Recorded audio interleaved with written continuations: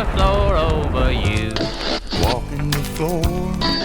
I'm walking the floor. Walking the floor over you.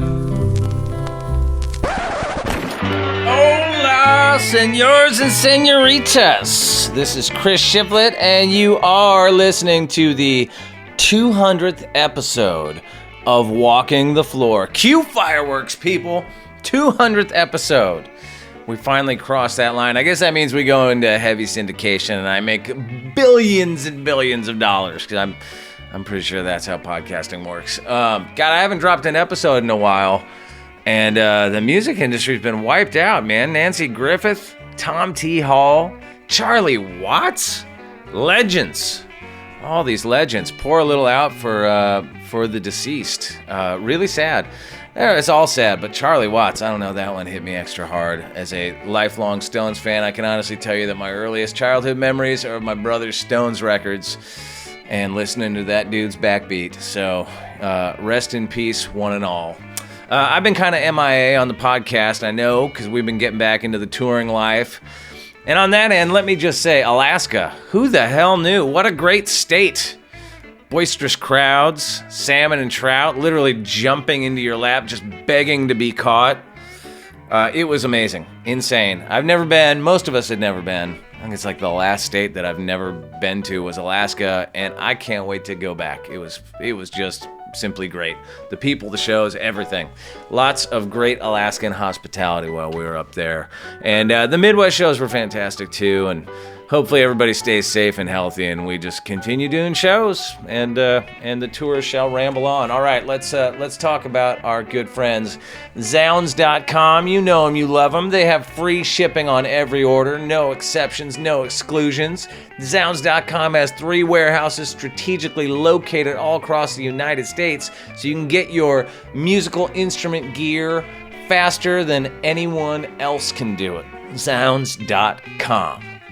All right, let's get to the interview.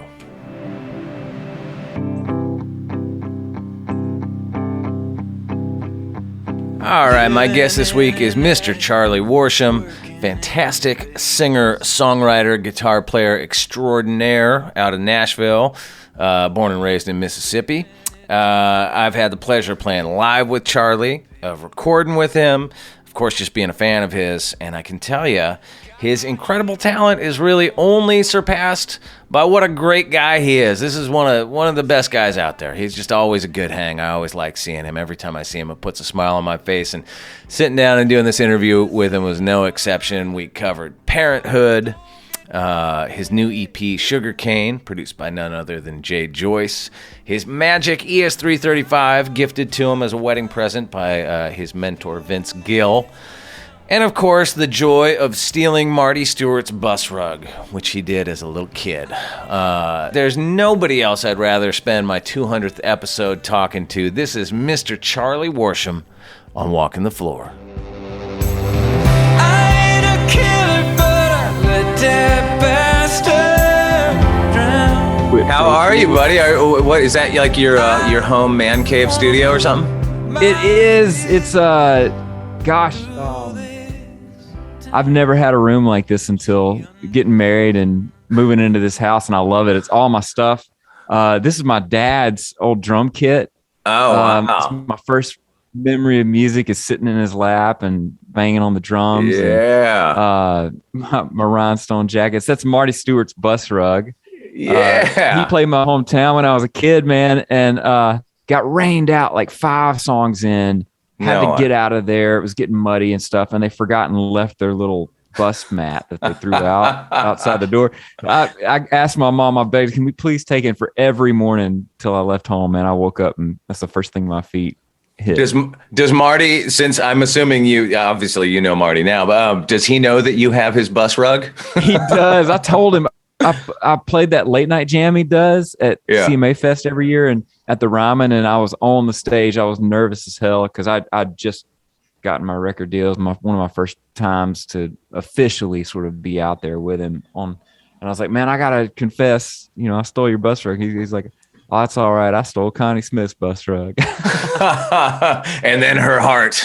That's right. Yeah. That's funny. Yeah, Looking at you in that area, like as a married man myself, who's got older kids, I could read that a couple ways. Like you've got, you've built your home studio, or it's your wife's like, get all your shit out of the rest of the house. Stick it in one place where we don't have to see it. I'll tell you, so right now we've got a kid who isn't even mobile, right? But I have a feeling there will be a switch over in the years to come to where it makes more sense to have an external space, but this will be a playroom at that point or something. Oh, dude, I remember when my kids were first born, my garage was kind of like my home studio kind of setup, and just little by little it got taken over by like old cribs and strollers and bikes and what. Eventually I just had to move out of there.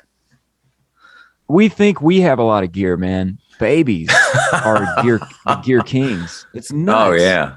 Have you toured with your baby yet? I have not, but I'm living for it. That's the dream to me, because I grew up traveling. My mom is a school teacher, or was a school teacher at the time. She's got a different kind of role now, but she just believes in travel. So she took, by the time I left home, man, I'd been to Europe half a dozen times and all over the States and stuff, which is saying something for a kid from Mississippi. Yeah. But, so that's what I want to do as a parent now. Well, I always give new parents, my advice for new parents is travel as much as you can while your kid still can't walk. Because it seems really hard when you first do it, but you don't realize how much easier that is than the next phase when your kid is a toddler and is basically like, it's like having your drunk friend with you all the time, just running around and grabbing people's stuff and throwing things. And man, yeah. Yeah. Well, we might have to do that. We've been talking about Asheville, and I want to make a Memphis trip and hit some. It's funny, man. I want to be a tourist in my own home state. Right. Right. It's fun to do. Yeah. With the perspective of having a little bit of seasoning. Look, we got a lot of stuff to get to, your new EP, chief amongst that. But first I want to start with the really important stuff, which is how the fuck did you get so good on guitar? I want to hear I want to hear who taught you, what were you listening to? Like, what was the musical environment? You said your dad was a drummer. Like, what was like your journey for people that don't know you? I mean, I don't want to just blow smoke up your backside or whatever, but like, you're one of the best guitar players that I know. I mean, you're like an amazing, just gifted player on a lot of levels. Chris. Thank you, man. That, gosh, coming from you, that means a whole heck of a lot, man. I mean, I feel like being in Nashville, and you can relate to this, but being in Nashville kind of ups your game anyway. Mm-hmm. So it's like I've been on musical steroids these 15 years that I've been here. But my backstory and influences, and I talk about Mississippi a lot, but it's for good reason, because I grew up sort of triangulated between Stax and Muscle Shoals. And over the course of my life, I've just become a deeper and deeper and deeper fan of those records and the players. And the early on influences for me were the Beatles and the Stones. That's what my dad grew up on. First rock concert he took me to was the Stones, and it was all about Keith Richards for me. And then on the countryside, it was Vince Gill. He's my North Star as a player. And the way that he was always quick to shine the spotlight on the musicians, and my dad being a liner note reader, I became a liner note reader. And so by virtue of being a fan of Vince, I made my way to the Albert Lees of the world and all of that. But then in Mississippi, you got I grew up 20 minutes, east of the edge of the Delta in Hill Country. So B.B. King records were huge for me. Because I thought they would be easy to learn when I first got on electric, which they weren't. But the way he bends the note, even on my EP, the way I bend the notes is so me trying to be BB, and it doesn't come out like that. It comes out like me, as it does for all of us. But he was my first guitar teacher. And then in between, and Skinner was huge. Like I own an Explorer solely because I wanted to be Alan Collins when I was a kid, and now I can channel that. And And I'll have you know, I was just looking at a wood grain 76 Explorer on Reverb for that very reason. But that's neither here nor there. Go ahead. Sorry to interrupt. Yeah, man. The wood grain. No, man. That's it. Like mine is black, but like had I been able to get the wood grain, I remember going to Gruen's, and we make a lot of trips to Nashville. And I remember going to Gruen's and like wanting to play the Explorer. You know, that's all I could think about. But man, somewhere in there, so I had the good fortune of taking the long way to guitar. So my mom got me in piano lessons, which was great for me because I visualize music still on piano keys, even though I don't really play it. And then I really wanted a guitar. A trip to Nashville, seeing Mike Snyder play at Opryland changed that. He's a banjo player. And so I came home, I begged for a banjo. She found a $50 Sears and Roebuck. And then I became a bluegrass kid. And to sort of put off me getting not that she didn't want me to play guitar, but I think she thought guitar was going to mean long hair and tattoos, and you know, it does. It usually does. She wasn't wrong. But all the things that mothers, you know, probably just dread, you know, and whatnot. And so I got a mandolin and I got a dobro. Well, I didn't get a dobro till way later, but fiddle. And so I started learning all these other instruments to varying degrees of interest and ability or whatever. And went off in the world of Jimmy Martin and Earl Scruggs and, you know, and so when I did finally get a guitar, it was like B.B. King, learning on like a George Jones, Bradley Barnes sessions record because all the songs were 3 chords. And then I was in bands, you know, first bluegrass bands, and then in high school, like my job through high school was playing in a bar band. Man, that was probably the best music education anybody can have as a guitarist. And thankfully I had parents that, you know, understood that I was going to the bars to play 4 hours of music with guys that were basically my chaperones. They were all grown dudes and had families. And were you playing? So you mentioned your dad being a drummer. Were you playing with your dad in that time? We would always jam at the house, but this was a group of guys that he knew by virtue of the sort of local music scene there. And so these were like the next generation of local musicians. But I remember my dad's gigs. They had a rehearsal at the house once, and it was the first time I saw adults enjoying life the way kids did.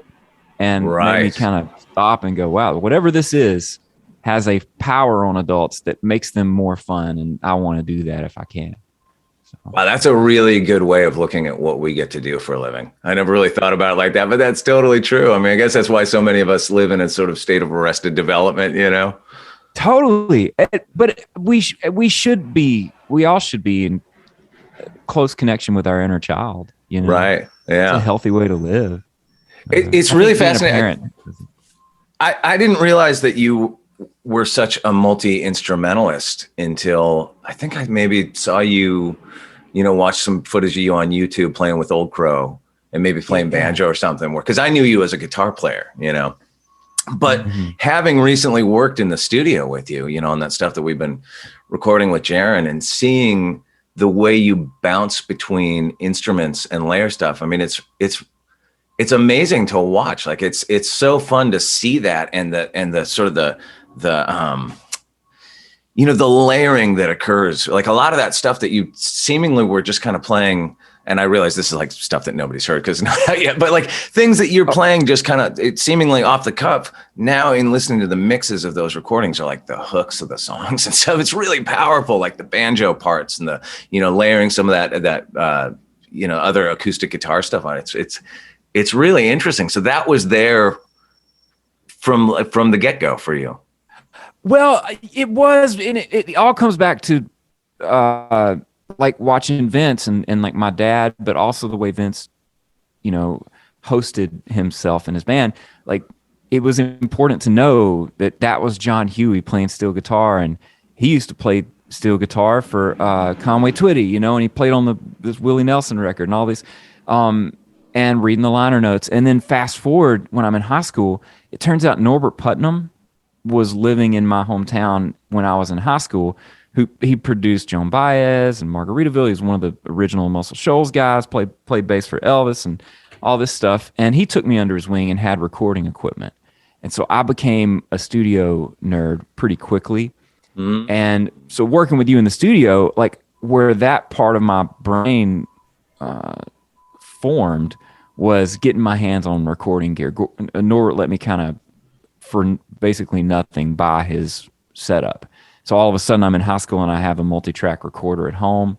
Wow. And so I started experimenting with it. And through that and playing in the cover band, I had to start singing and writing songs out of necessity. I really just kind of wanted to play and like build things on a recorder somehow. But I ran out of songs to record, and in a 4-hour gig in a night, you know, you got to spread the love vocally and help out. So I had to start pulling my weight one way or another. So that's my thing. You learned to sing in playing in cover bands and bars, like not in church, because it seems like a lot of people that I interview want, like their path was learning to sing in church, and then that kind of became country music for them, you know. Yeah, well, I mean, church and music was a part of it for me. The bluegrass band I was in played a bunch of church stuff, and you know, I was in school choir a little bit here and there, but none of that really took the way that, you know, honky tonk music in a bar or rock and roll music in a bar did. Yeah. Oh gosh, what was I gonna? What I will say about church music, this goes back to Mississippi, but I got invited to be in the band at a black church in Mississippi, and that was, you know, the 2 or 3 times I got to sit in with the band at Pilgrim's Rest, just north of the town I grew up in Mississippi. Now that was some church music that laid some wisdom on me, you know. Really? Was that like a full, you were playing guitar at that point? Playing electric, man. Yeah, a little Fiesta Red Strat through one of those Fender amps. The one that now that we know better is not the Fender amp you want, the DeVille, I think. Right. And it was drums, bass, B3, and then me. And man, it was like playing hard gospel. Hard gospel and sort of film scoring the sermon, all improvised as you go. And it was really great. Wow. Yeah. That must have given you a real insight into sort of playing around the vocal, I would think. Yes. Yeah. And I didn't even realize that at the time, but that's a good point, where your job is to frame the front person, which in a band is the singer, obviously. But, yeah. I think I learned that lesson like a month ago. You're lucky you learned it in high school. Dude, I feel like I relearn that lesson every couple of weeks, you know? Right. Oh, I don't play right over the vocal. Okay. You say so. Yeah. You mentioned Vince Gill as being a big influence. I mean, I hear that not only, you know, in your guitar playing and songwriting stuff, but vocally a lot, you know, like you have a really pure singing voice. Well, thanks, man. That's Vince. And, you know, his background in bluegrass, I think, is a part of what you hear when he sings that way. Right. Right. And also, I guess we just were born to be high singers. High lonesome. Yeah, man. I mean, that's the stuff for me. If I'm trying to get my emotion across as a singer, I've finally started to figure out the higher I push it, the more that comes through. Right. Just for me, that doesn't work for everybody, but that definitely is true for me. I know you've played with Vince Gill over the years, and he's been like something of is mentor the right word? Like he's been you have a friendship, a relationship with him. How did that come to be? How did you go from, you know, being a kid in Mississippi playing in a high school cover band or whatever to hanging out with that dude and getting pearls of wisdom from Vince Gill? Well, he's a pretty generous guy. And so my having him as a mentor isn't a one-off. There are a lot of people in this town who could say that about how he's been to them in terms of encouragement and stuff. But where we first really connected was I had just gotten my deal on Warner and was putting out my debut record, Rubber Band. And I had this song called Tools of the Trade. I really wanted Vince and Marty to be guests on, because the song is about, you know, going down the same road my heroes paved. And Vince and Marty are my two, you know, the two pillars on which I build my country music universe. And they both said yes. And with Vince, we went to his house, the studio there at his house. And that was the first time we really connected, and he played and sang on it. And then through the years, we got to know each other a little better. And he was doing a tour one year, and he had been producing Ashley Monroe, who was also on Warner at the time. And he kind of realized that both Ashley and I were struggling to get some traction. And so in perfect Vince fashion, he calls us up, and he calls his daughter Jenny, and he's like, look, they used to tour these variety shows where you'd have the one person kind of host it, but then everybody he's like, I think it'd be fun. We all get on the bus together and we each sing each other's songs and kind of jam out, make it like a family kind of thing. And so next thing I know, I'm on the bus with Vince, Ashley, and Jenny, and we're playing a couple of my songs, playing a couple of their songs. And then I started getting called a couple years after that to actually just straight up be in the band. And the crazy connection from that to today is when I first went out on the road with him, and he's got a zillion guitars or whatever and loves them and plays them. He doesn't just collect them. He's got them because he wants to play them. Sure. So he calls me before tour. He's like, man, is there anything you want to borrow of mine? I got so many instruments, and I'm freaking out. I'm like, man, I love 335s. And so first day of the tour, there's a 335 on my guitar stand, and it's one of his, and lets me borrow them. And fast forward, I get married, and he calls me. He's like, man, I got a wedding present for you. Come on to the house. And I'm sitting here driving to Vince's house thinking I'm going to get a toaster, some stuff, Gift certificate to Williams Sonoma. Yeah. Yeah, right. He points to this case, and I just lose it. But I open up the case, and it's that 335. Oh, man. Neck, like Excalibur, man. Wow. And so then where we really sort of cemented our bond, and where I feel I learned the most from him, was being in his band in 2019. I was bouncing between that and the Old Crow gig. But man, it was a mighty, mighty, mighty band. Paul Franklin and Jet Hughes was in the band, and I was standing next to Wendy Moten, and we did a lot of the backgrounds. I learned a whole lot about singing that year being on that gig, as much as I did being a player. Really?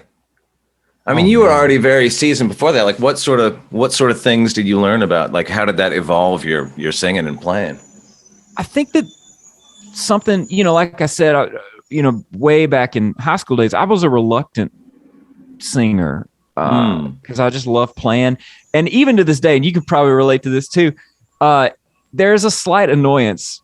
As much as I love being the star or whatever on stage, there's an annoyance when I can't just focus on playing my guitar, because I don't like to split my brain. I want to just nail the part. And when I'm singing or being the guy, I can never play guitar as well as I want to.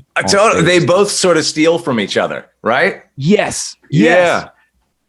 Oh, and I feel like that's just an endless pursuit that you never reach a place where you're satisfied, But in my role in Vince's band, I did sing harmonies, which is a nice happy medium. And what I realized after the fact, and this was true with the Old Crow gig too, when you're singing harmonies, your job being to match the phrasing of the singer. A singer as good as Vince, who has incredible phrasing, I didn't even know it until the other day this hit me. I was like, oh, that's why my voice changed so much after that year on the road with Vince.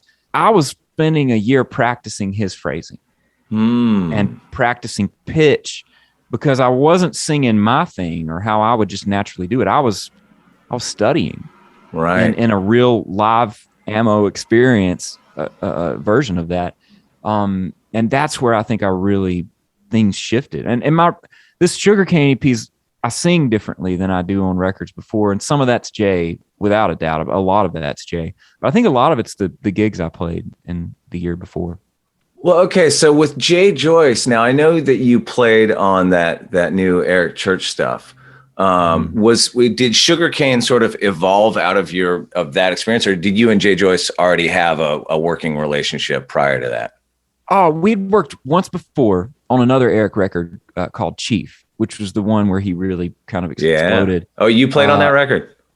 A little bit. I played there's a song called Keep On, and I'm playing like a spanky guitar. And the funniest thing about that, this was the perfect introduction to Jay one could have. This is back when he was working in his basement out in Belmead or whatever.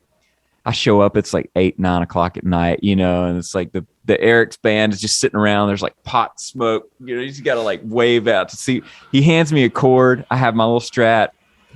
He hits play. I don't even know what I'm playing into. And he's just like, play, let's check it out. And I play through the song and he's like, cool, man, let's play it again. And I played it again. And then at the end of the second pass, I'm like, all right, I think I'm ready to, try this thing. And he's like, oh man, you're done. He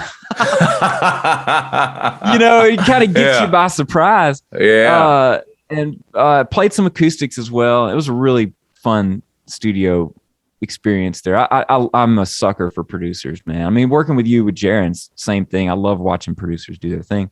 But then fast forward to the sessions in Banner Elk at the top of 2020.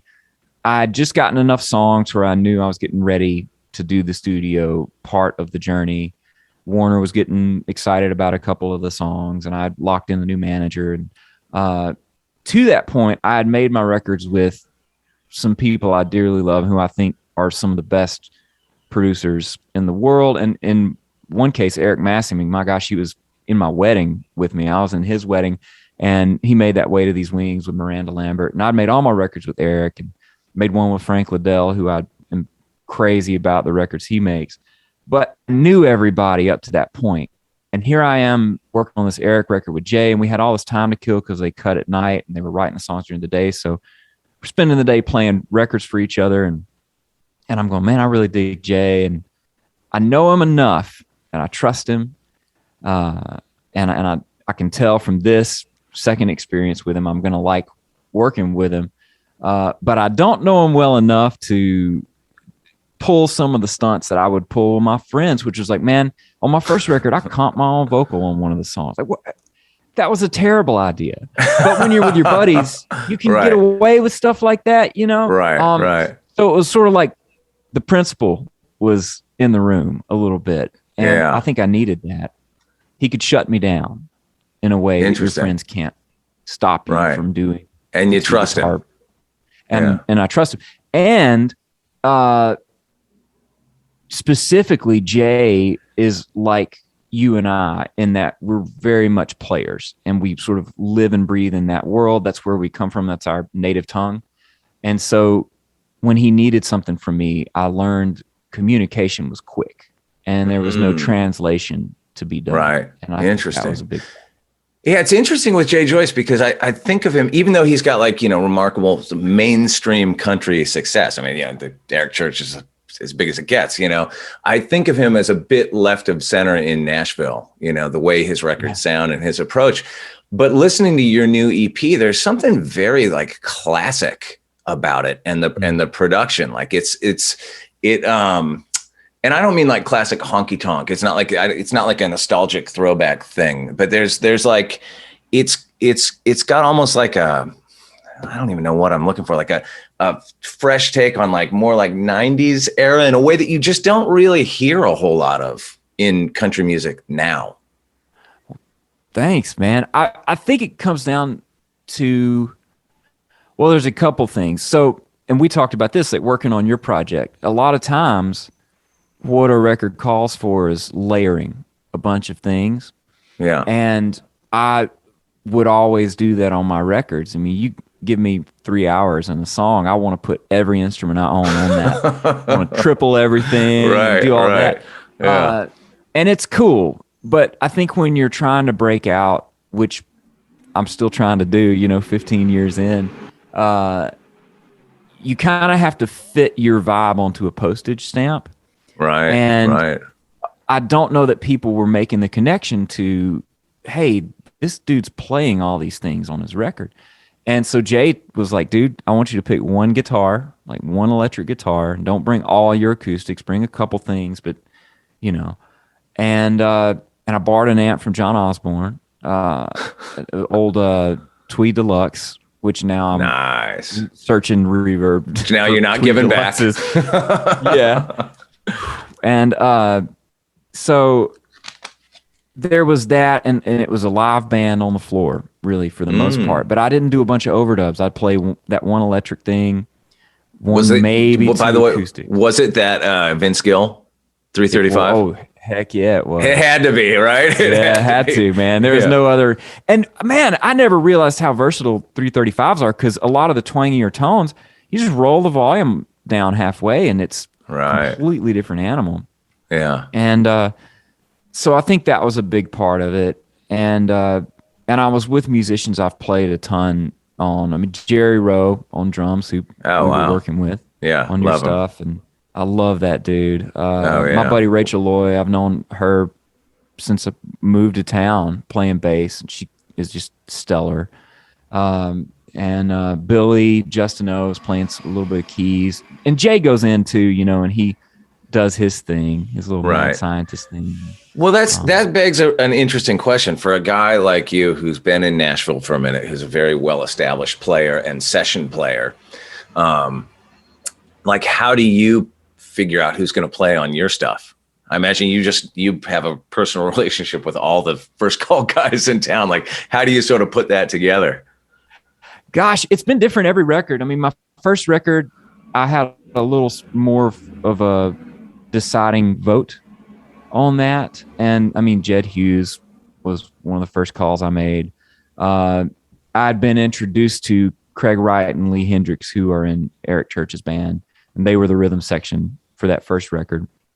And then on the second record, I kind of turned things over to Frank Liddell, and he has a completely different Rolodex than me. I mean, there's some overlap, but man, you know, and I was like, man, I want to get Brian Sutton, because Brian's one of my favorite players. Oh, yeah. He's like, no, man, I'm going to put you in a room with Matt Chamberlain and this guy named Lex Price, who's killer, played bass and some mandolin stuff. And then Luke Reynolds, who played a bunch of guitars on that second record.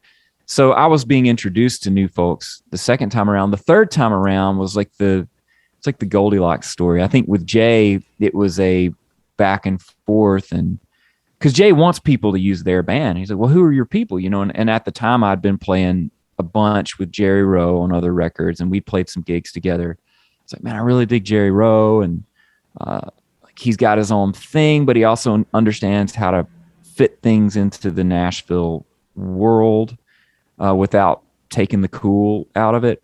Right. And then Rachel is one of my oldest friends, and I just think Rachel is like one of the best kept secrets in session world here in Nashville, because she's just killer. She's so killer. And so that was the core. And then Jay brought in Spencer Cullum, who plays in Miranda's band, has his band Steelism, plays on some other records, you know, and stuff, but a steel guitar and a little bit of slide guitar kind of stuff. And that became the band, the four of us.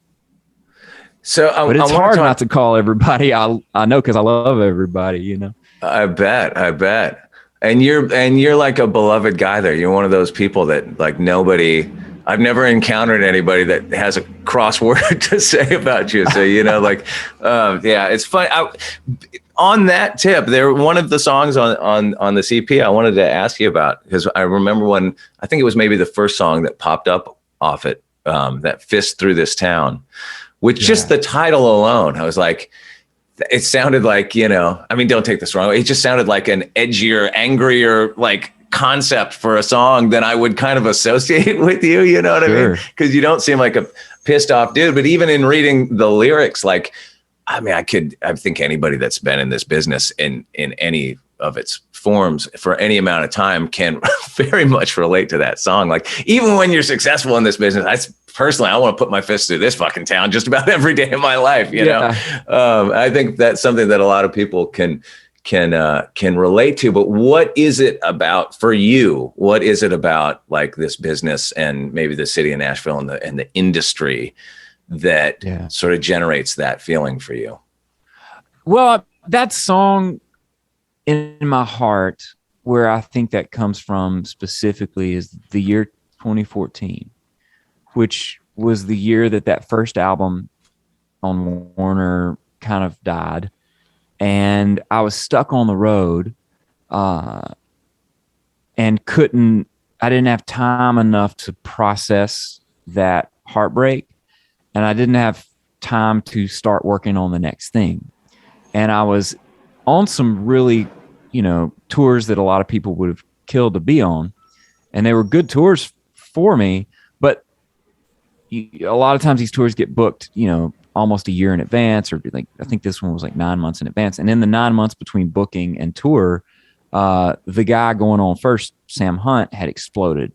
And then my record had died. And so he was going on for 15 minutes, and then I was going on for 45. And the crowd was confused as to why that was happening. And I can't blame the crowd, but I did. And I was angry on stage a lot. I took it out on the crowds, took it out on myself, took it out on my band. I would get back in my bunk and read every negative comment on Twitter.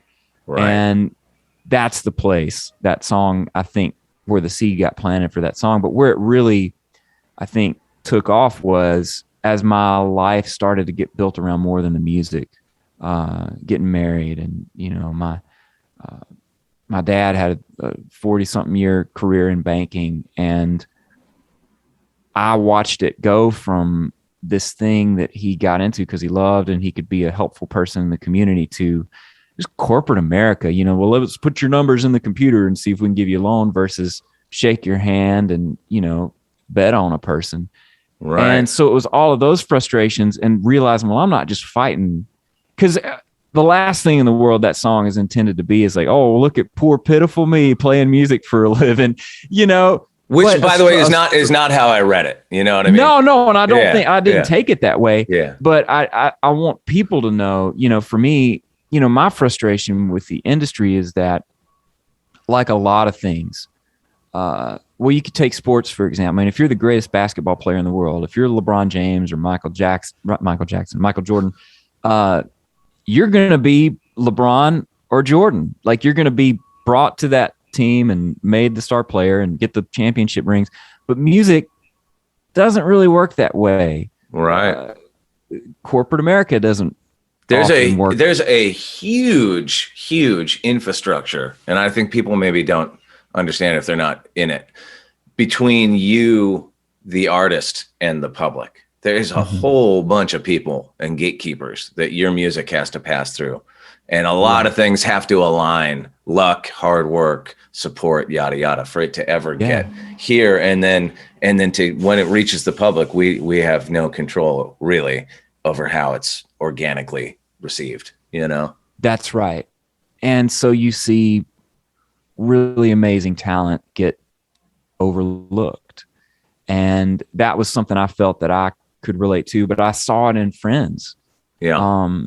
But I also think about going all the way back to little old Grenada, Mississippi, and like the handful of people that, like me, got in their car and drove to a new town and tried to start something new there. And like, I've got a buddy that's a chef in Portland. And so that song to me is it's my buddy in Portland, shutting down a kitchen at 1 a.m. and then getting up and doing it all over again because he loves to cook. Right. But that's the gig, the hustle. There's unsavory parts to it. Yeah. Okay. So there was a quote, and this kind of ties into that, that I read of yours that I thought was really interesting, where you said, "It's not lost on me that most people in my position would have been dropped by now." Worsham says, who adds that he's grateful for his label's continued support. So, like, considering that, you put out a couple of records over the years and you got this new one and you're still on Warner, like, how have you sort of navigated that side of things, like the expectations of your label? Because of course any label wants the most, commercial success or whatever. And we know this is an unforgiving business in that regard. And how have you sort of, how have you kept your deal and kept your place in that very, very fickle industry? Yeah. Well, Chris Lacey, who's A&R at Warner, and is really the reason I got a deal there. She waved the flag for me. And Espo, who runs the label, have both just over the years repeatedly given me votes of confidence. I remember once, I think it was after my second record didn't do much, Espo brought me in his office and he said, he like cranked up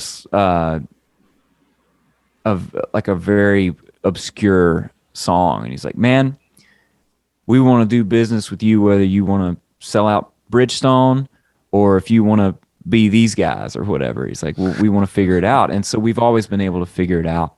And then even in the, 8 to 12 years, I guess it's 12 years now that I've been putting music out, the country has changed so much. Dramatically. Yeah, sure. Dramatically, the way people consume music has changed so much. And I think throughout all of that, so I had that year in 2014 where I was really in an emotionally and mental health-wise in a low point. But there's a place in town called Porter's Call that offers free therapy and counseling for artists.